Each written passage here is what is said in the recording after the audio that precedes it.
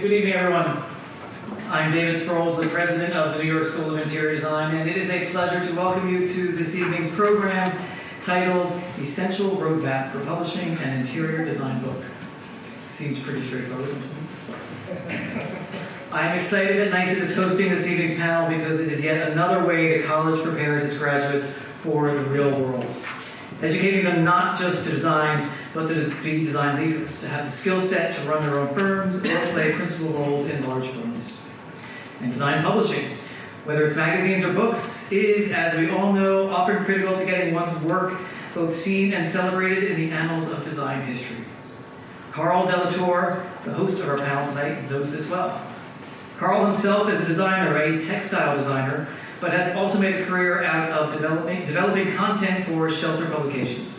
Most recently, Carl has produced 4 books for Rizzoli, New York, including the bestsellers On Style, Inspiration and Advice from the New Generation of Interior Design, and More is More is More, Today's Maximalist Interiors. A 5th book for Rizzoli, New York, celebrating 100 of the finest contemporary American names is in the works, on the calendar for publication in the spring of 2025. I can't think of a better person to lead tonight's discussion. Carl, it's all yours. Hi.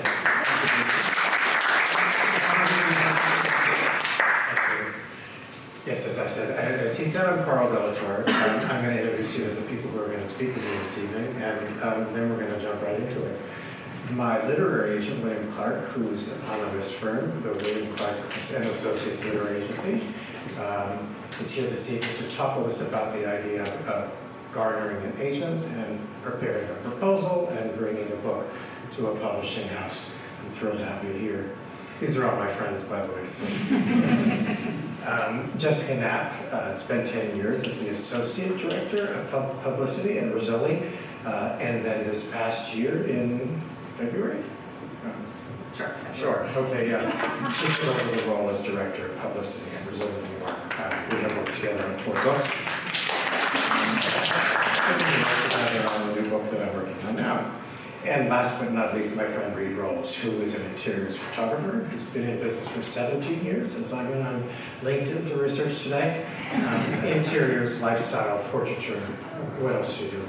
Advertising. Okay. But mostly interiors. And play father to a beautiful little girl. All right. So with all of that out of the way, we're going to talk about, let's see. First of all, it takes a village to produce a book. I know that's like an oft-used cliche, but I couldn't do it without these people on the stage and many more. And I'm grateful for all of you. I want to say that up front. So, why do you do an interior design book from each one of your perspectives? William? You do an interior design book because you've amassed a quantity of photographic material and design work over years that have a scope and breadth that would be interesting within the pages of a book. Or you have a problem that you want to create a book to answer, a thematic problem or a question, a design problem that you want to illustrate solutions to through providing illustrative examples from your work through time. Mm-hmm. And Jessica, from your perspective, you work for a publishing house, so of course you're going to say books are important. But why would you consider them to be important for an interior designer? I think books serve as greater brand awareness. I sort of think of them as the ultimate business card, if you will. To Lynn's point, you've amassed a lot of projects, and you do, yes, want to show the world your work in a controlled manner by you, not on the editorial pages. But what's better than to attract new clients and hand them a beautiful coffee table book, and if you have grander ambitions for product lines, I think the book gives you a lot more going into those conversations. And Reid, what has your experience been in photographing people's work and how that ultimately gets used in books? Does it bring people work? From what I can tell, it certainly does bring them work. I mean, the goal when you photograph a project is to have eyes on it, whether that's to be published in a magazine. But sometimes things don't get published. It's hard to get things published. And a couple of clients that are coming to mind that I've been working with for many years, at least a decade. I've photographed almost all of their projects, and to be used at a later time, to document, to put a bow on a career or the midpoint of a career or a career up until now. And I think, I don't know how it couldn't bring work. Right. The idea of documenting your work is really so important, whether it ends up in a magazine or published in a book or not. Because while some of the designers you've worked with, they may not have a monograph, they end up in books that I produce or that other people produce in compilations, right? And this book I just did on maximalism, I must have collected something like 600 or 700 pictures to start with from points unknown. In fact, I called you, as I remember, to say, who do I who do I not know, whose work I'd be interested in. You brought me Karen Mormon, who ended up in the book. So I think it's super important to have your work documented. Thinking about the idea of a proposal, where does one start with it? Well, you have to decide what kind of book you want to do and structure the proposal around that. If you're doing a monograph, it would probably be chronological from the beginning of your career through the end or towards the end of your career. If you're doing a thematic book, you want to find a logical progression for the sections of the book. Do they build on each other in a way that benefits the reader?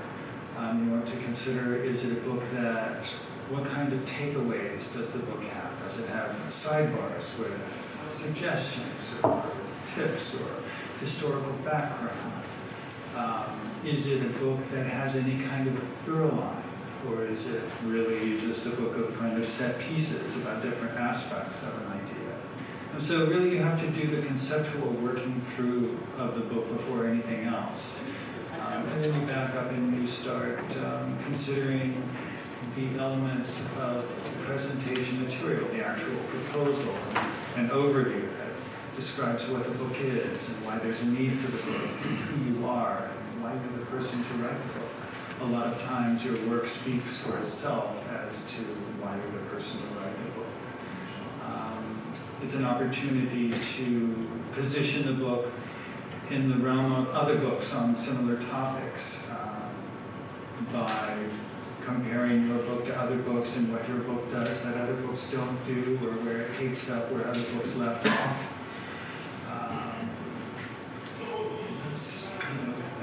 I hope that is. That's a good answer. Jessica, you could. Yeah. When wannabe authors approach me and ask me for my advice direct without a William in their lives, and ask me how to think about approaching a proposal, I kind of default back to, if you have an undergraduate degree in liberal arts and you clearly got to get out of school with a thesis, you had to tell your teacher what your thesis was about. You had to justify your existence for the next 6 months or whatever it is. So tell me what you're going to tell me, and then tell me, and then tell me again, and then we polish it up. But if you've done it as an undergrad to get out the door, it's a very similar thought process. Why does the world need this book? Yes. Right. And so what are some of the other factors, Jessica, that attracts Rizzoli to engage with an author, a new designer? We are definitely making a concerted effort at Rizzoli these days to find the next generation of incredible designers. We have had a great successful history with some of the design greats, many who are alumni of this fabulous school, many who are Art Digest 100, Elle Decor A-list, etc., and soon to be Gallery It list, as we learned tonight. We're honored to have them. But like everything else, times change, people change, trends change, and we want to be just as current as you do with your clients and what fabrics and materials and vision you've got. So we are looking for the it factor. I don't know if I have a specific something, but we're acknowledging that there's a generation out there that has a different approach, and you're going to be leading that charge, and we want to be there with you. Mm-hmm. Some 10 years ago, I think, I read a book by a man named Michael Hyatt called Platform, which was about establishing a platform for yourself, and it sort of was the roadmap I followed to find myself in this position on the stage tonight. It's like, how do you create something where you have a voice and you have something to say and people respect it?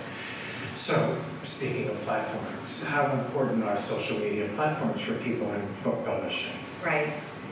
Tricky question. The right? social media metric. You do need to have a following. I don't know if it's a specific number. You can have a small following, but if they're dedicated fans, that's great.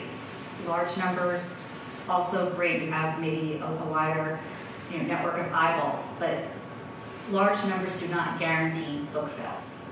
And that's true for design, it's true for celebrity books, it's true for cookbooks, take whatever category you want.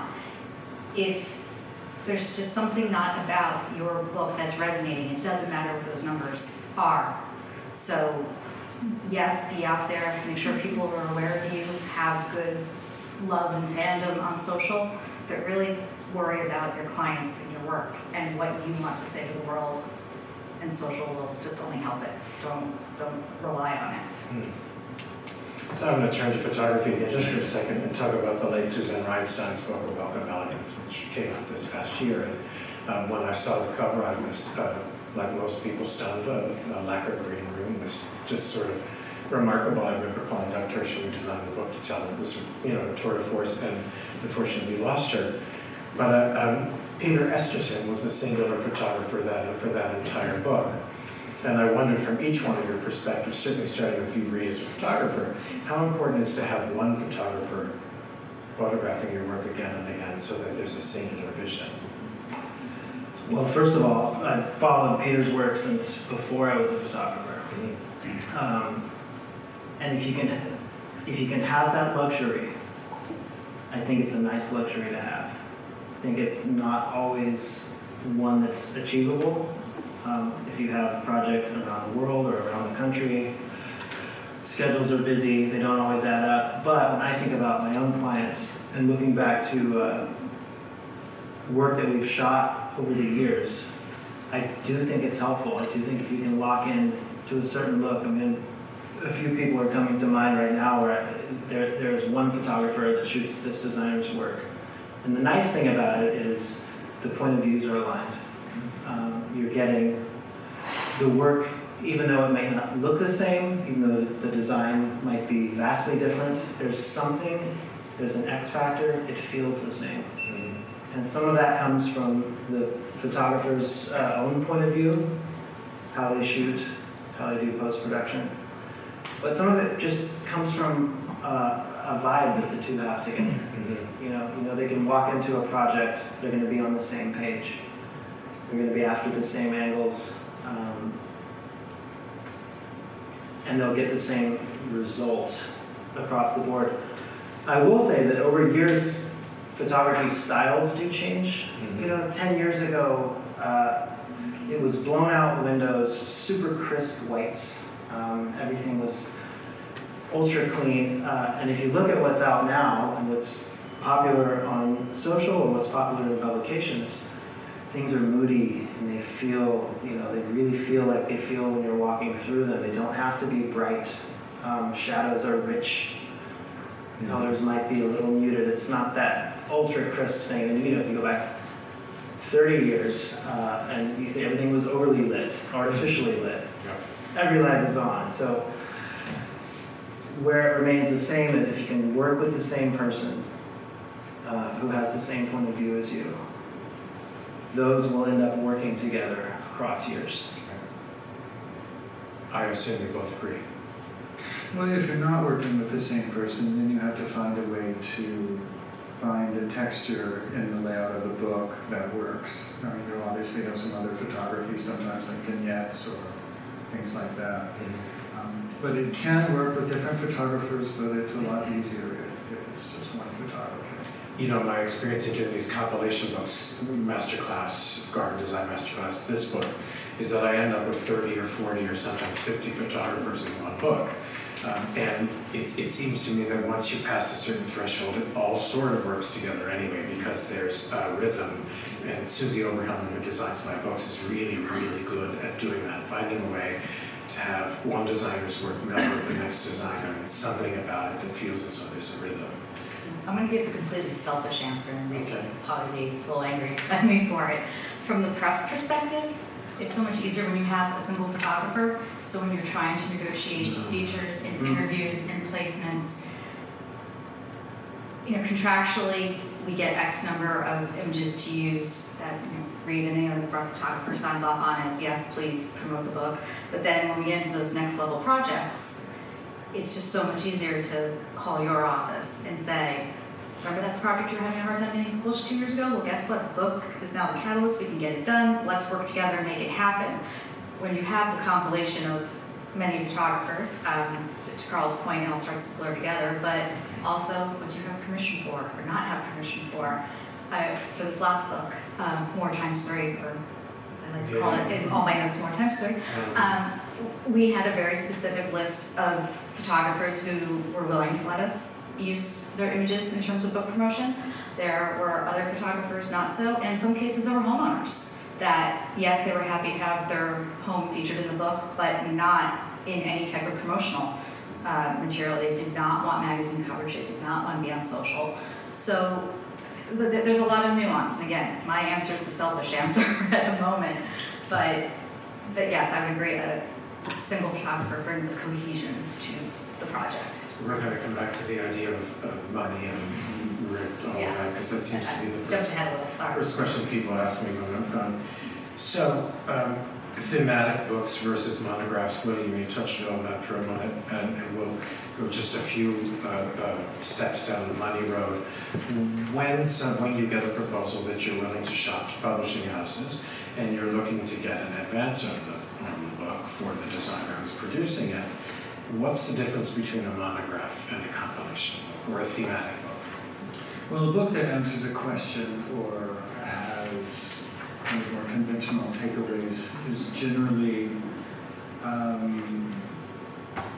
easier to sell in the market than a monograph, and garners a higher advance, just because you can build press around it. And in my experience, whereas a monograph has already, a lot of times the designers already have a lot written about them in the past.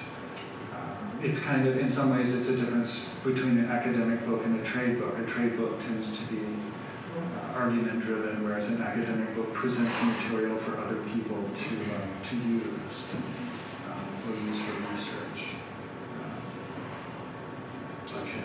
How many projects, Jessica, would you consider necessary for a designer to have to be able to produce a book? Is it 2? Is it 10? Is it 15? A monograph? Yeah.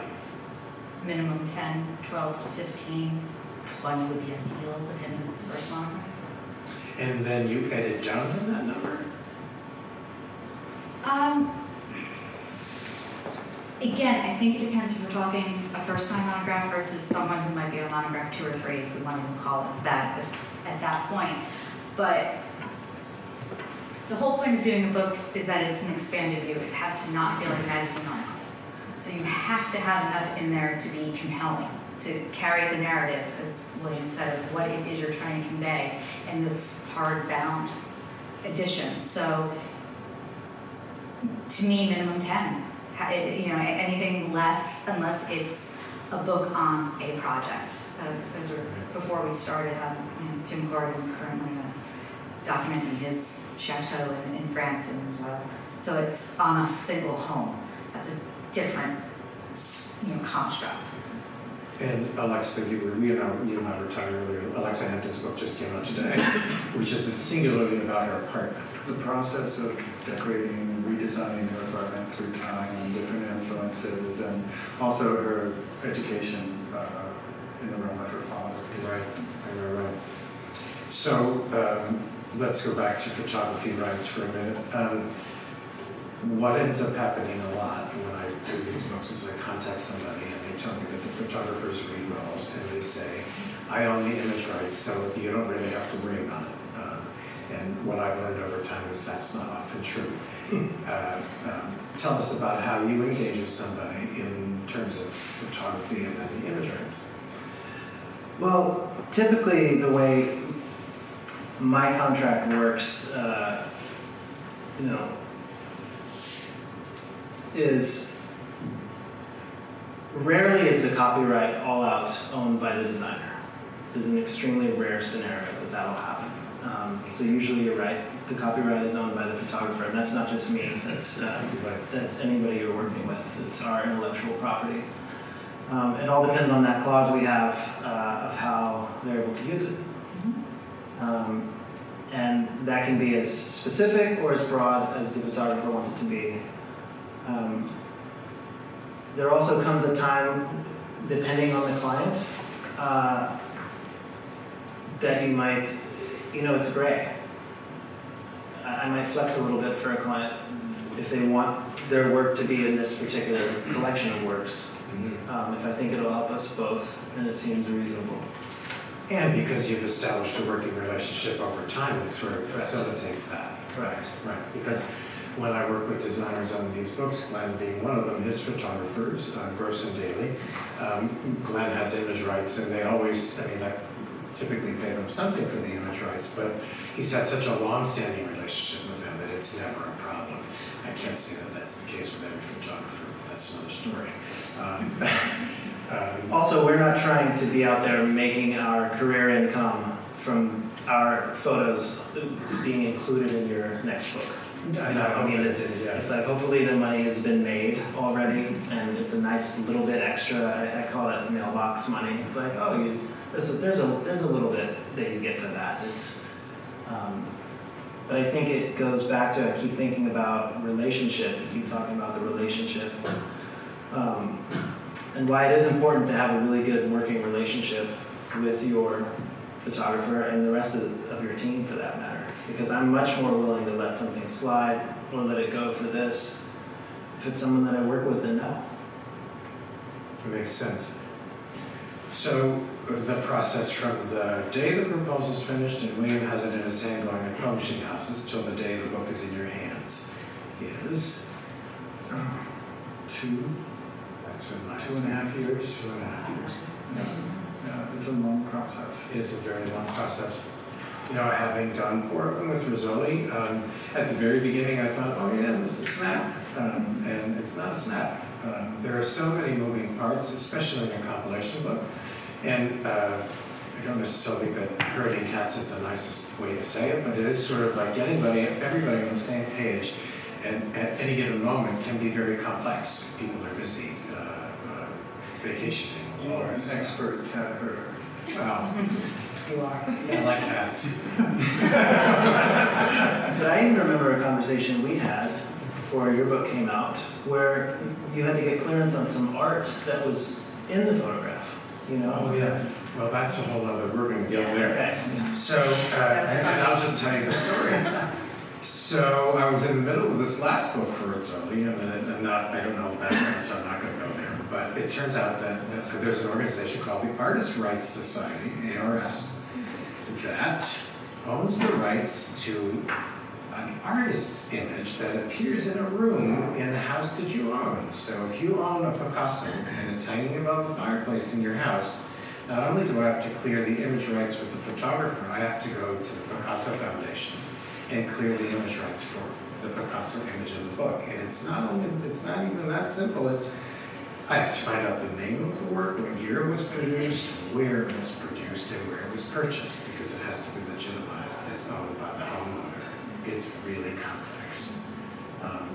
Yes, it happened on your book. It happened recently on a couple other ones. Most recently, right before you, it was our book with Erin Lauder on entertaining, and one of the chapters was her mom's house, and I don't remember what work of art it was, but we had access to everything but her mom's house because of that artwork, because it was shot from 3 different angles, and you even at one point saw like the corner of it, and just the corner of it was a hard no.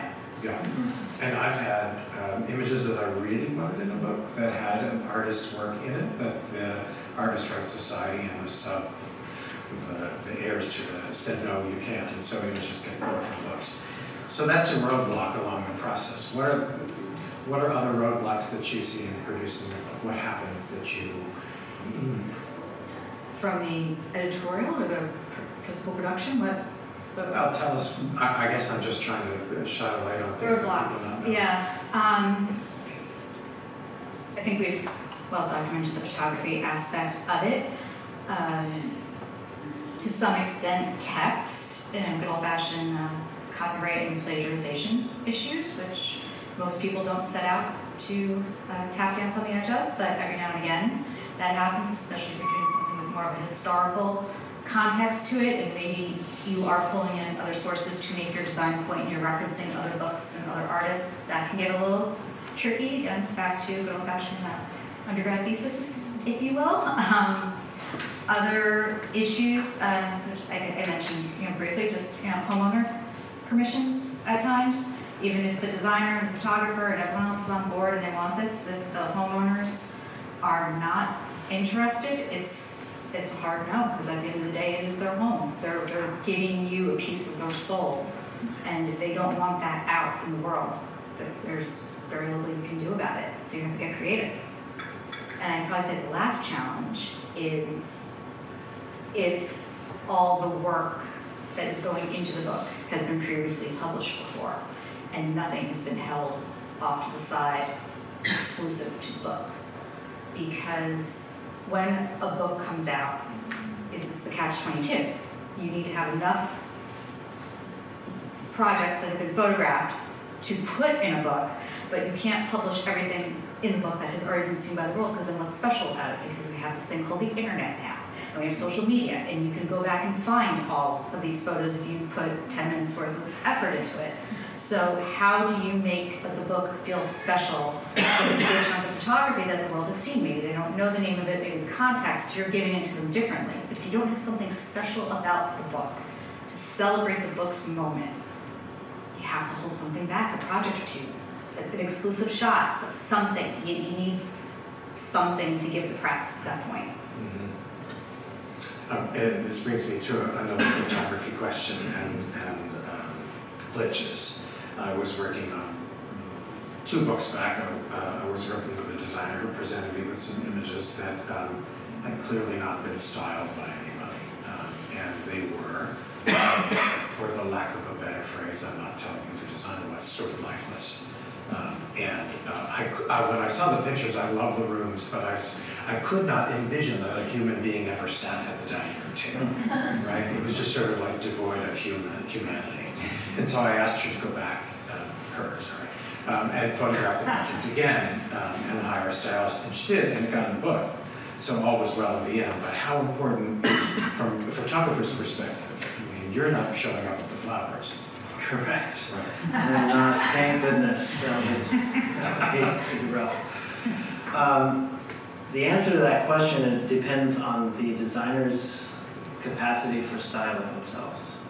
I have some clients that I work with who we've never had a stylist on the shoot. I have some clients, the most brilliant designer that I've worked with recently couldn't style a single shot if she had to. Oh, I did it too. Yeah, you're right, okay. I think it's a matter of looking at your pictures and looking at your projects, and being able to look at what's out there and where you want your photos to be, and saying, do I need a stylist for this? It's not emotional. It's just, am I capable of this? Like when I started in my career, I would open the magazine and I would look at it and I would look at my pictures and I would say, is this like this yet? And I would work at it until it was. And the same goes for styling a picture. And finding a good stylist, it's not easy, but it's vital. Because you need someone that matches the photographer's point of view, your point of view as a designer. And that honestly, it can make or break a shoot. Like you said, when you get that element of designer, photographer, stylist, and you're all in cohesion, and you're on set for a couple of days making pictures, and it's much better than it could have been if any one of those were gone, especially if the stylist wasn't there. I would say it's important if you don't have the confidence to style yourself.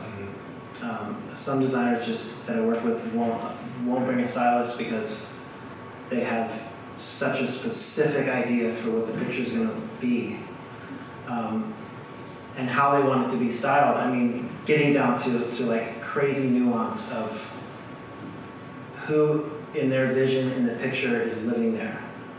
Who in their vision, at what time of day was the picture of the kitchen shot? taken? Like what time of day do we want to portray, regardless of when we're shooting it? The more- It's these details that make the work sublime in the end. Because again, if I see an image, I look this way, I look at pictures of rooms, and if I can see in my mind's eye the person who's living there and what time of the day and what they might be wearing based on the design of the space, I respond to it because I can see the humanity in the image, and I'm assuming we both would concur from both the perspective of a literary agent and a publishing house that this is important.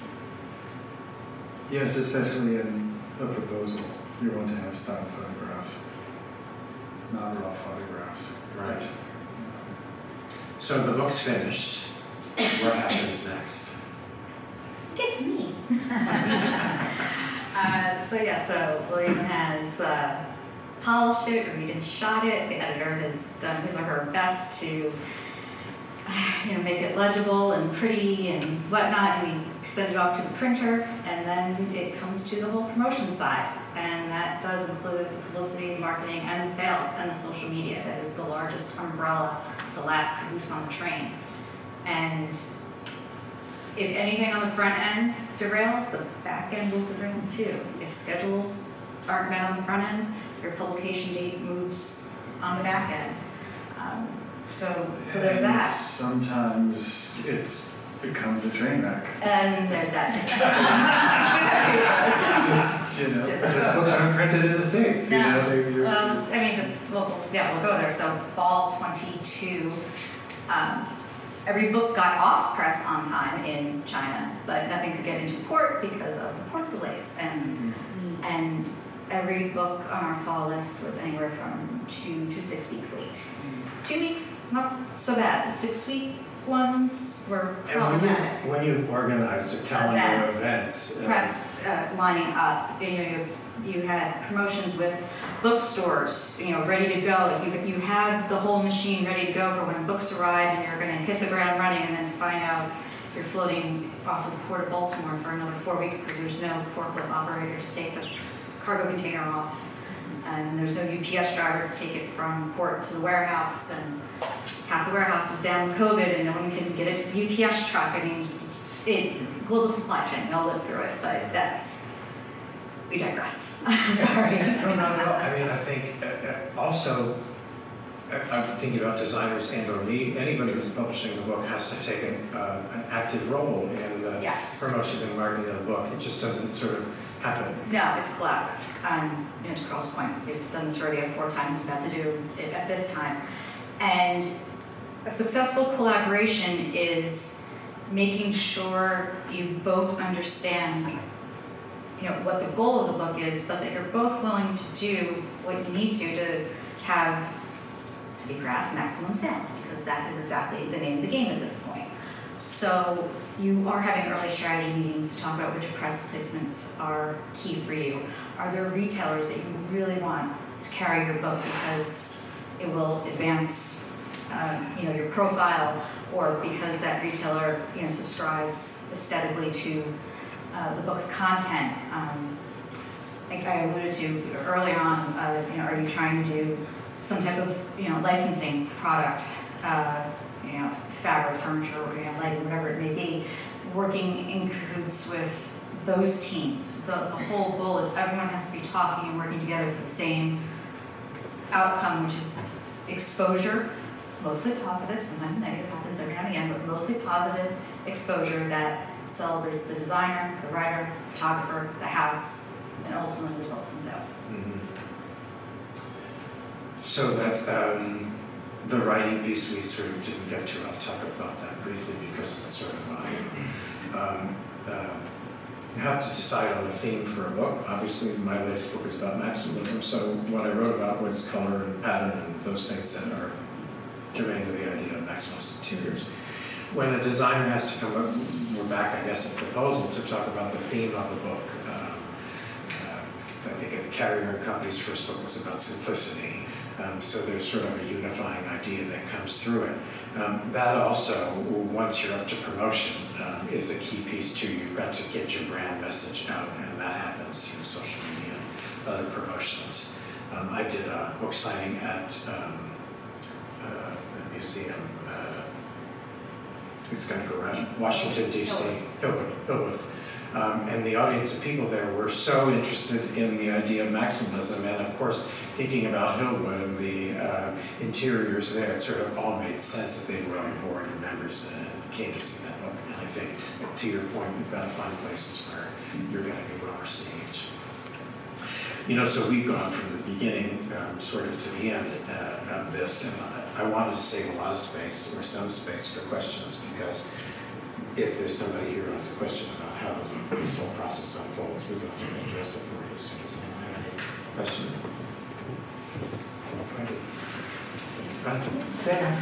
How important is it,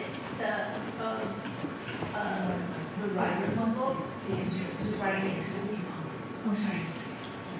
How important is it for the writer of the book who's doing the introduction to the book, the decision if there are multiple writers and what they're known for, and how does that factor in? Perhaps with your books, you're the solo one, but they also have introductions. In the masterclass books, I was the editor, so I had everybody else writing. Glenn included in that book, where I would go to designer and we picked a subject and they wrote about it. But then I had to be sort of the editor and find some unifying way that all the pieces of that text could fit together, which was a big challenge in that book. And in that book, the subject matter is as disparate as Anne Pine at Macmillan writing about poetry and Mario Botta writing about color. So it was, how do we fit all these pieces together? So as an editor, that's the challenge. But most people who work in design writing, think about Judith Nessiter, you know, the people the names that are standard in this industry, they work with the designer to figure out the theme, as we were just talking about, and then work to write the text. How much involvement do you have once that happens, is a good question. It depends on the writer to some extent and how involved they are with the designer. If they envision themselves as a team, if you will, some are more involved. In lots of cases, sometimes the forward writer will appear with the designer at a book event such as this and be in conversation. Am I allowed to name names? Or no? Sure. Yeah, Mayor Russ, West Coast Editor, AD. When he does a forward to a book, he's usually very gracious and he does it in conversation with that designer somewhere in LA or on the West Coast. Similar happens here in New York. There seems to be a little more neutrality these days. The editors, if someone's giving a forward from one publication, I can't cover it. They're AD, I'm not public, or I can't. That seems to be a little less, thankfully. But every now and again, that can be a little tricky in terms of coverage. But I mean, these guys are experts. They're the people you want coverage from anyway, so they've given you a next level by being the forward writer to your book. I think it's a stamp in the industry. How does a designer engage with a writer at the proposal level? Is it that somebody brings? Well, a lot of times there's been a writer who's written about the designer, who the designer feels gets them or understands what they're doing. Tracy Prozan and Ellie Coleman work together all the time. Otherwise, you go shopping and you talk to different agents and strong relationships, and describe the project and get recommendations out of it too. Robin, you have your hand. I did. I'm curious to know, do designers come to you and say, I have these, this plethora of projects I'm working on, I want to make a book, or do you follow designers and say, wow, they're fabulous, they're up and coming, let's do something on them? How does that happen?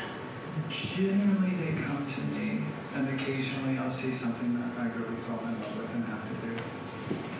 And then from the other side, every now and again we will get a recommendation from perhaps another designer we've published, and we'll say, I've got a friend, or I've been following so-and-so, I've been watching them, you might want to reach out to them about a possible book. So there's the networking part of it as well. Right. I was at a photo editing meeting at Rizzoli's offices yesterday, and Kathleen Jays, who's my editor there, and I had this conversation about, and she said, if we see somebody, we're following somebody who's showing up on Instagram, people we can talk, and you might approach them to suggest you'd like to do a book. But I think most of the designers I've worked with who ultimately end up with a monograph have found an agent or someone who would represent them, because it's really not just calling Rizzoli and saying, I'd like to do a book.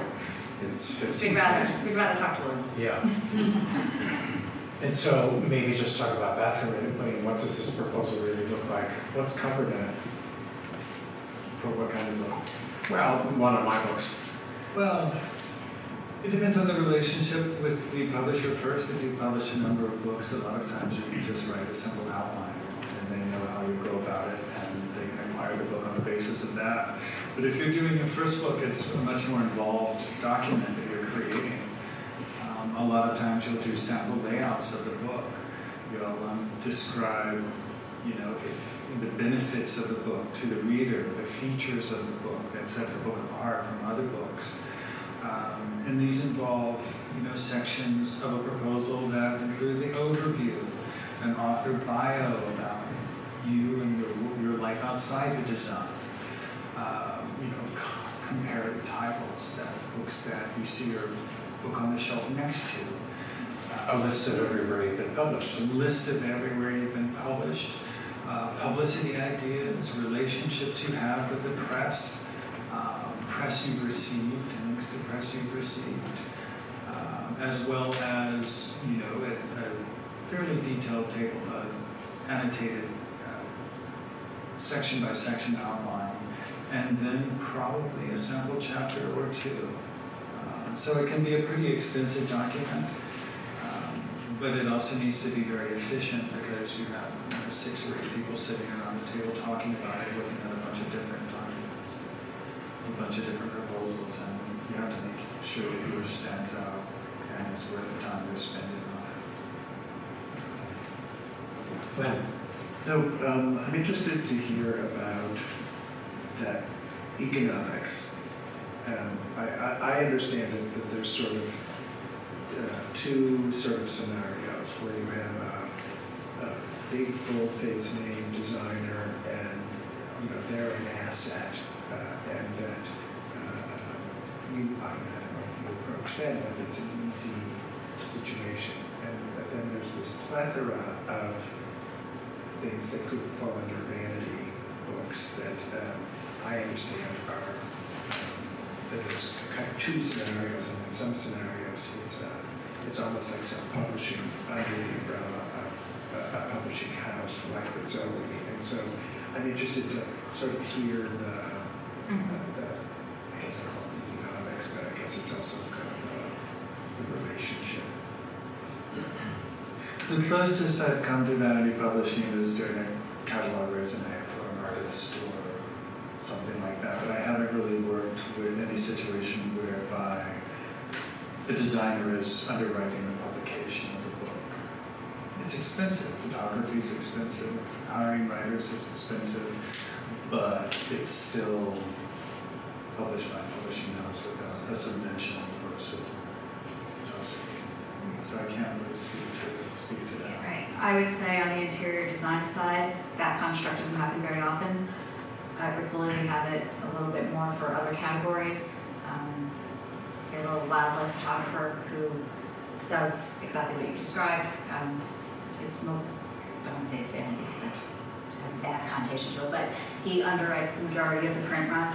He takes 90% of the books for his own gallery use, his own sale, whatnot. We keep 10% of the printed rubber books and we put it out in trade to bookstores and more outlets to sell it, and that's the beneficial relationship.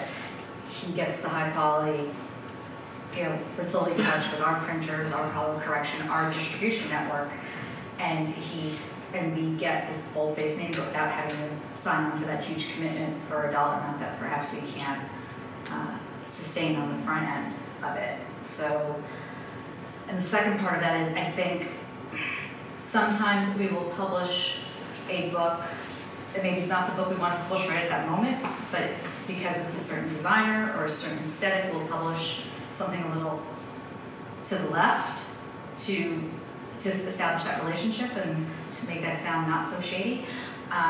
We've long published Michael Smith's books. Does very well for us.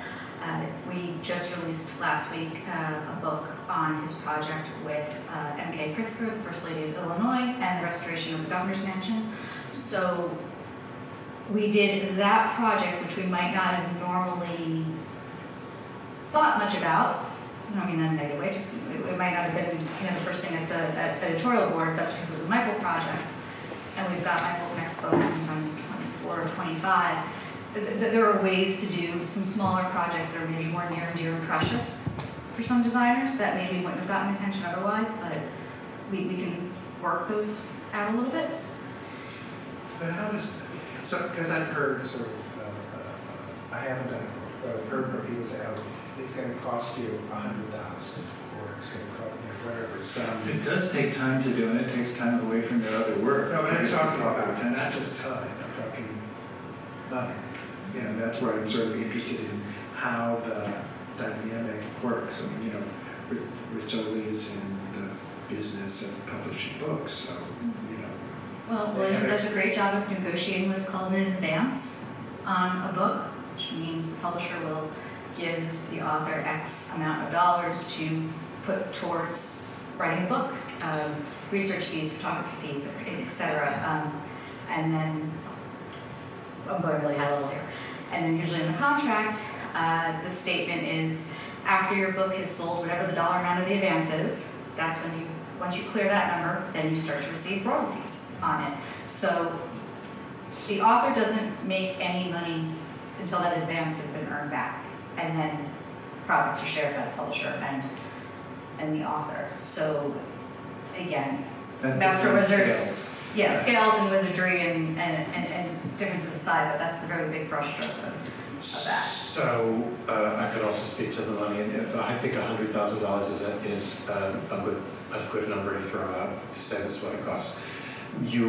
That gets offset by what goes into that. Photography rights you have to purchase from photographers, that'll be image rights. If you've worked with one singular photographer like you have, it's a different story than if you're working with a bunch of photographers. Images might cost $25,000 for a book to secure the image rights.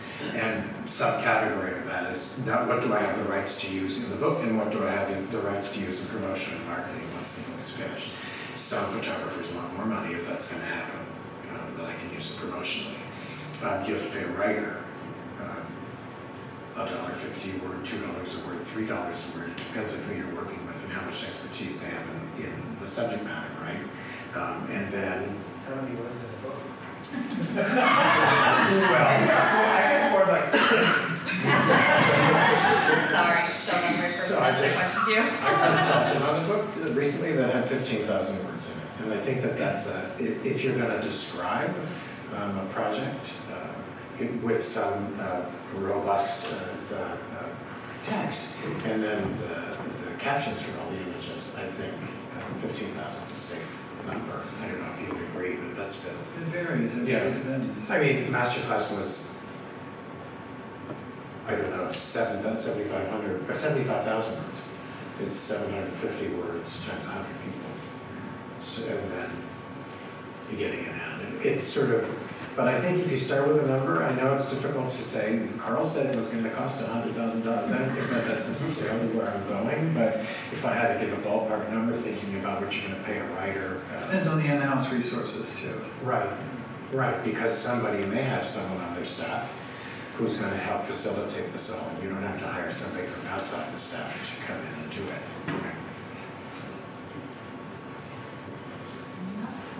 Anyone else?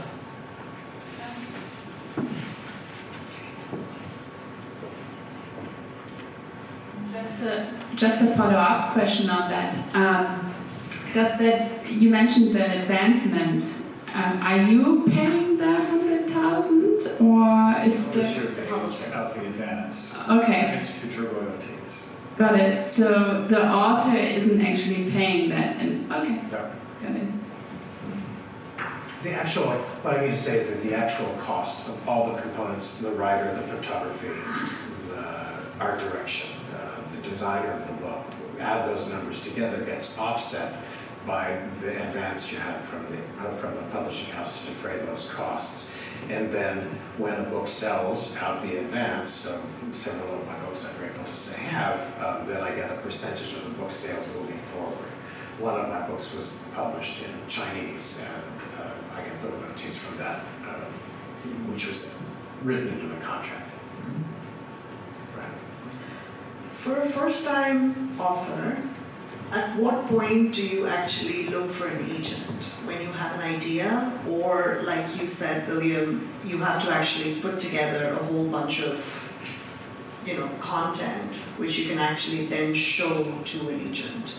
Well, if you're not a designer writing about your own work and you're writing about other designers' work, you can assemble a book in that way, pursuing a theme. But if you're a designer, you want to have a body of work behind you to draw on. Absolutely. I guess my question was about the thematic, book, if you're following that context. How much, you have the theme and the idea in mind, and you have a few projects that you want to pull on, but I think it would require a lot of research to actually go through a bunch of projects and then maybe edit down 5, 6, 10 that eventually go into the book, and then you actually find photographs, so you photograph them and you write about them. So all of that would be a lot of work, right? So I'm saying that at what point do you actually reach out to an agent? You can do It's the it. proposal. It happens in so many different ways, but generally you have a proposal ready to show to an agent. And the agent will generally do several rounds. If they respond to the idea, they'll do several rounds of further development of the material with you. But you should pretty much have a plan in place to approach anyone about a project like that, including the amount of illustration. When you go out to a publisher, you have to give a pretty good sense of how many images you're going to have, because publishers create these largely fictional documents called profit and loss statements that are very positive or blue sky in some ways. We persist in doing this over and over again. But they want to figure out how much this book will cost to produce. So they need specifications of what's going to go into the book in addition to text. Wendy. I just have a question. I've had this experience in the world, and I just wanted to hear about deadlines and people, when things are due and when a book is going to go to print. And do you have experience with people who don't meet their deadline? And what is that? It's very different in illustrated publishing versus text publishing, because you can blow through a deadline with a novel and it's okay, but when you're scheduling on press and in foreign countries and shipping, it becomes really problematic when production is delayed. Yes. You can Yes. speak more. Yeah, no, absolutely. I did work for a traditional trade publisher in another version of my life, so I used to work on novels and such. So exactly what William is saying, it's a straight textbook. There's a lot more cushion room, and 9 times out of 10, those books will be printed in the United States or Canada. So your production time is shorter, your transit time is shorter. The minute you're talking about printing in Asia or Italy and you have to put a book on a boat to get over here, every deadline you miss impacts your on-sale date, and depending on when that is, that will cut into your sales. So, And it can also really affect the enthusiasm for the title in-house, because they build up excitement and then there's disappointment, and you can only do that so many times before you lose that momentum. yeah. And what's even harder on that is if you've already announced that the book is coming. And so you put it in your catalog, which goes out to all your retailers, goes out to all your press members. You've said to the world, this book is coming out on October 1st, 2023, and if you miss every deadline, it's now not coming out until May of 24, all those sales reps have to go back and re-solicit, and maybe some of those accounts won't buy the book anymore, maybe not buy the same quantity. The press commitments you got, you might lose it because there's someone else in line who wants that 2-page feature in AD, and you've missed it, so they're going to swap it out. I mean, it truly is a domino effect. please be on time. I just want to know if Carl ever missed a deadline. What? So I just want to know if Carl ever missed a Not deadline. You know, it's funny because what I ask people to do is work for free for the glory of being in a Rizzoli book, I suppose. It's the easiest way to say it. It's sort of like I'm asking Glenn to write something about a project that he's done, or for masterclass about a subject, and he's not getting paid. And so I have to sort of, you know, it's a lot of maneuvering. But as you said earlier, I mean, I do like cats, so it's sort of. I've seen over about 300 books to publication, and I've told Carl this before, so this is no surprise to him, but you are easily the most professional taskmaster I've ever worked with. Yes. That is the best compliment. No, I mean, you know, A mutual friend called him the Minister of Trains. I was nicknamed the Minister of Trains a few years back, and you know, I'm a spreadsheet person. I do Evernotes, and everything's color coded. So if it's purple, I know I don't have your text, but I have your images. And if the photographer hasn't paid, it's still pink, or I haven't paid the photographer. And you know, it's a big juggling thing. And then he shares it with me, so I know what photography permissions we have, so I get the master grid that was yes to do. The Minister of Trains. Well, but it's not work for me, and I appreciate the compliment from both of you. I do. I appreciate it. Go ahead. I have a question for William. Sure. If I have a book proposal, how do I find you to discuss it with you? You get my email address and send it to me. Yeah. William Clark Associates. It's very easy. All right, thank you. So, thank you all for all of the information this evening. I'm Antonio Dolce, interior designer here. And I think for us as creatives, right, and we're visioning, we just relocated back from LA into New York, and we're now kind of visioning. I know that I'm not ready for the book, but we can kind of see where the trajectory of the brand is going. Where, like, again, thinking about the proposal, there's not like the perfect template, right? Like, when is too, I don't know if it's ever too soon to start documenting the vision, but how do we, as creatives and visionaries and curating the brand and starting to have some of these preliminary conversations, how are we going about before we even, like, that whole go-to-market process, right? Like, it just has to start somewhere. So what would any of your advice be in that go-to-market process, starting from the beginning of, like, kind of culminating and curating the vision? Hire Reid. Start with hiring Reid. Yeah, you know, I don't think it's ever too early to start this process, right? If in your mind's eye you see yourself having a book someday, then begin thinking about it, right? You have things to cover, collecting the images from the photographer, envisioning what the theme of your book is if it's a monograph. How are you presenting yourself in terms of brand message? Sure. And then get this collection of work together and reach out to William or another literary agent just to say, this is where I think I'm going. Because William will tell you, from my experience, what's missing about what you're doing so far and what you might do to enhance your proposal to get into a publishing house and have it purchased. Or come back in a year or two. Right. Yeah. But putting it in the world, most design professionals, I think, can understand that if you envision something, right, that you can make it happen. Sure. Right? And so if you think you're not going to have a book, and you could call me too. Okay, I appreciate that. You know, I work with designers who are so vigilant about documenting the work. Sometimes I'll document a project after it's been published in a magazine just so the designer has rights with me to use it elsewhere. Because, you know, like getting rights from Condé Nast for something they paid for is impossible. And if not impossible, 7,500 an image with extremely restricted rights. So it's like, it's all about documenting the work so that you have it in your library. You know, whether it's me or somebody else, it's super important to have those images because that's what you'll build the rest of this idea around. Yeah, I don't think there's any better advice in all of this than to document your work. Because if you don't document it, it didn't happen. It just didn't happen. That's a good point. Thank you. Sure. Sure. Okay. Well, if that's everything, I do have copies of my book here, if you don't have any of my most recent book, More. It's about maximized interiors,